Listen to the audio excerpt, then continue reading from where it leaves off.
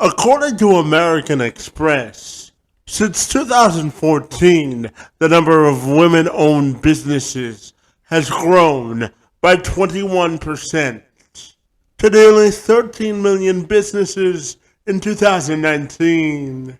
That's equivalent to 42% of all companies, at least 51% controlled or managed by at least one or more female entrepreneurs. Lanisha Thadison is a registered nurse turned entrepreneur. Her entrepreneurial journey started because she wanted to leave a legacy of impact and influence for her three daughters. As a result, she started it as a side hustle, which now has grown into helping a variety of female entrepreneurs maximize their online business presence. She says it's important for all women to build a sense of empowerment and community in order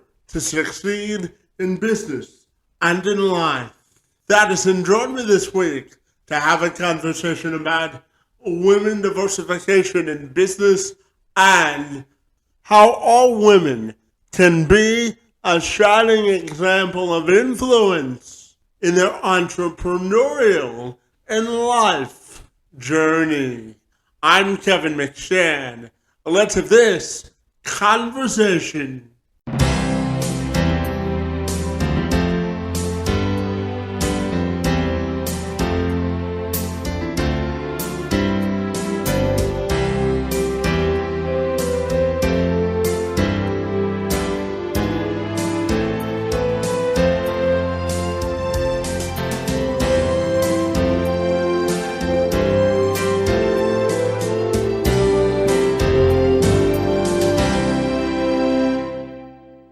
Thadison and I began our conversation by her detailing her career pivot from being a registered nurse turned entrepreneur. So I've been a nurse for about 11 years now, and I always wanted to have multiple streams of income. So I have three kids. They are expensive.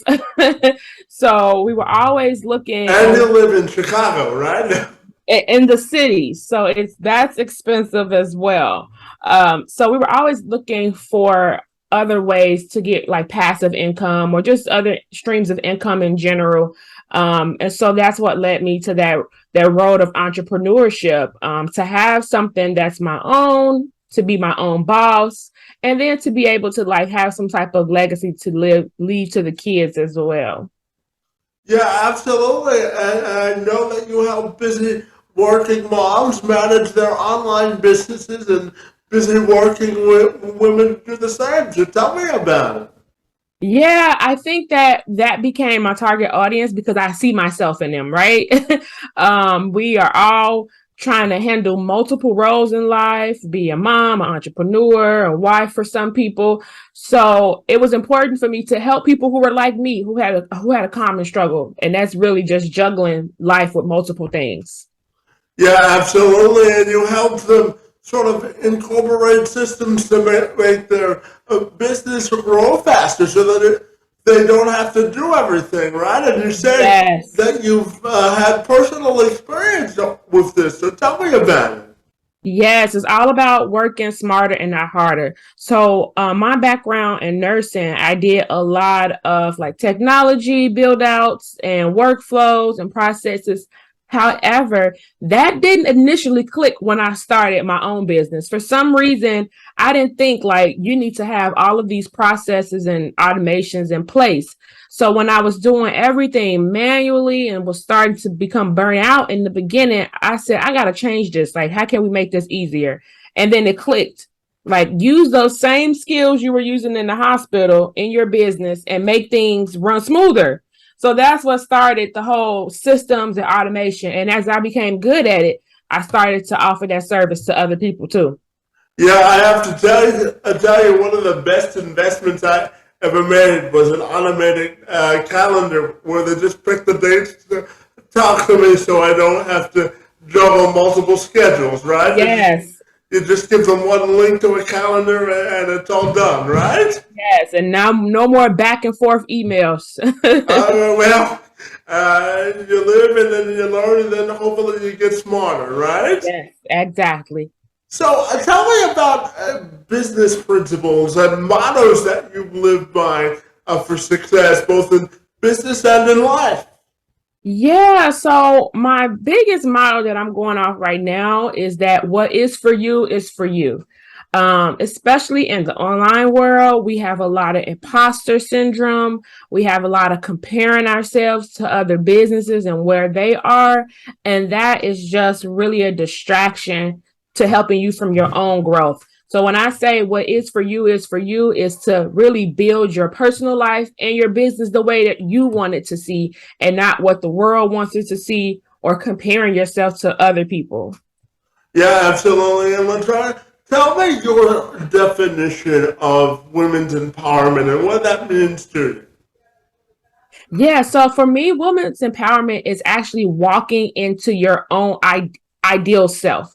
Often we take on so many roles that comes along with being a woman that we forget about ourselves and our own self-care. So that empowerment is taking a stand and saying, take care of yourself. And what do you want to do? What do you enjoy? What do you love?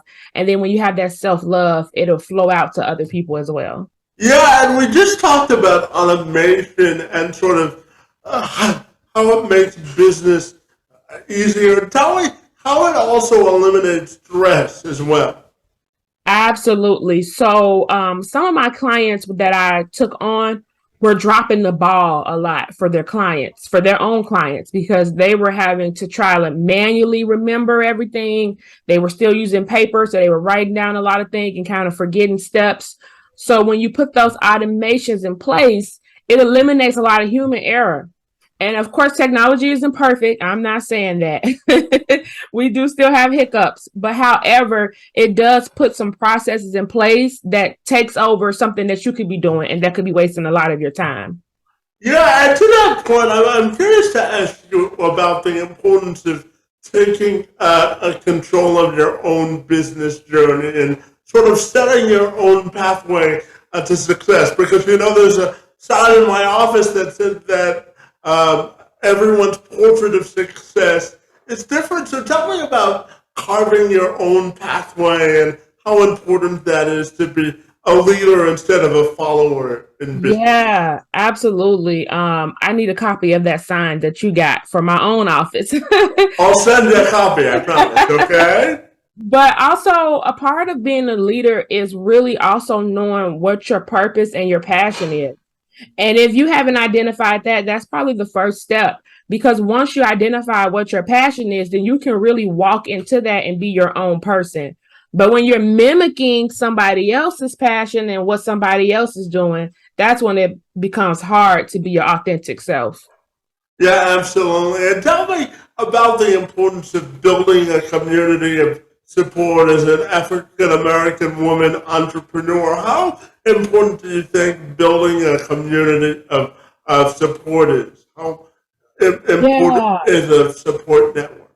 That is such a good question because I have a large family and friends, right? So I have support in that aspect. But when it came to business, it was so important for me to network with other women in business because we share a similar story, similar issues, and we're able to bounce ideas off each other, which I could not possibly, get from family because some of them don't really maybe understand like the business world. But when you connect with people in the business world and able to, network that way, you get a whole different community that you can rely on.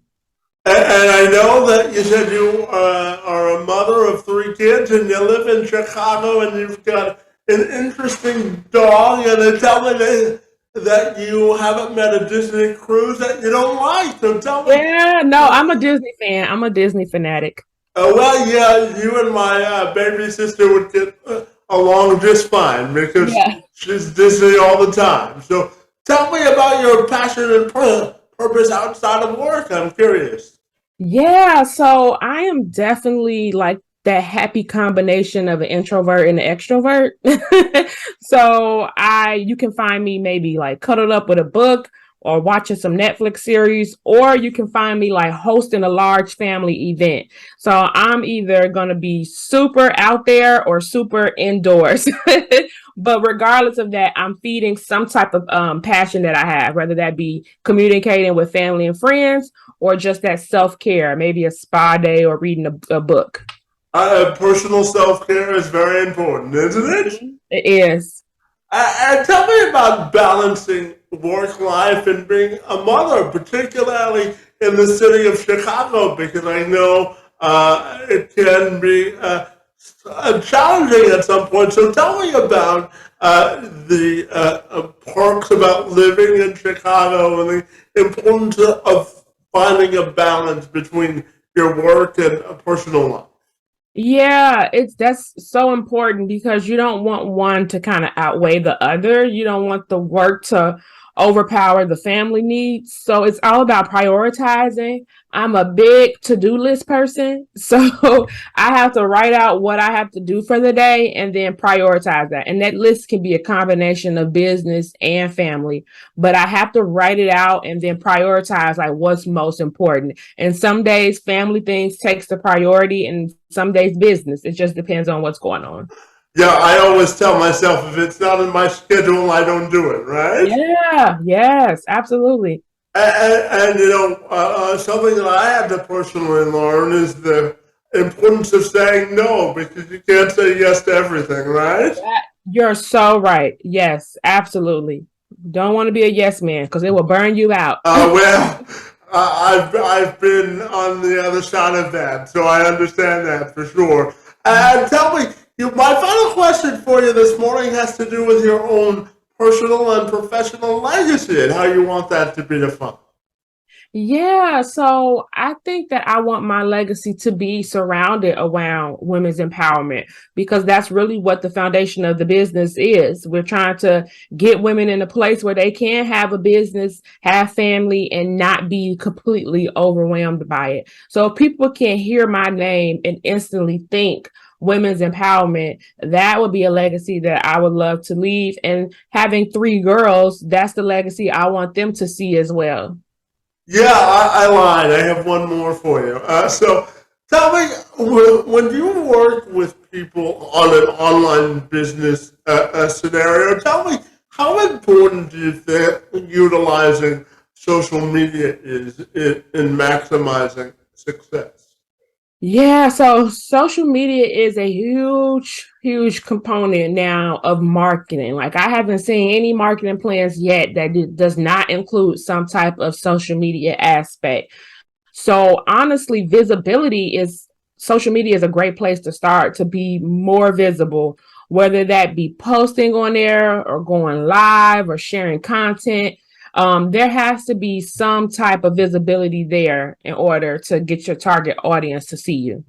Yeah, and you sparked me just to ask one final follow-up. If there's a woman out there that's not completely savvy with the online game, but she's a great businesswoman, what would be your advice for sort of getting yourself more out there from a social media perspective?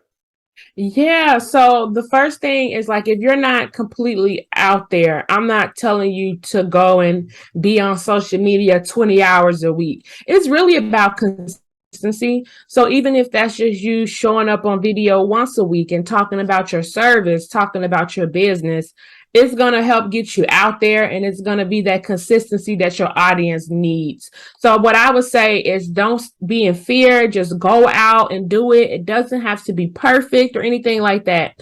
Just go out and start to be more visible. I know some business entrepreneurs who don't like to be on camera a lot. So maybe they post their educational content in Word format.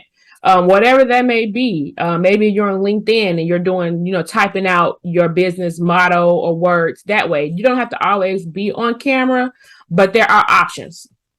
Yeah, for sure. And finally, if people want to get connected with the great work that you do, what's the best way they can do that?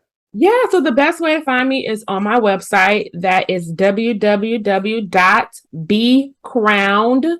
So BECROWNEDVIPs.com. Or you can find me on all social media platforms just at Lanisha Thadison.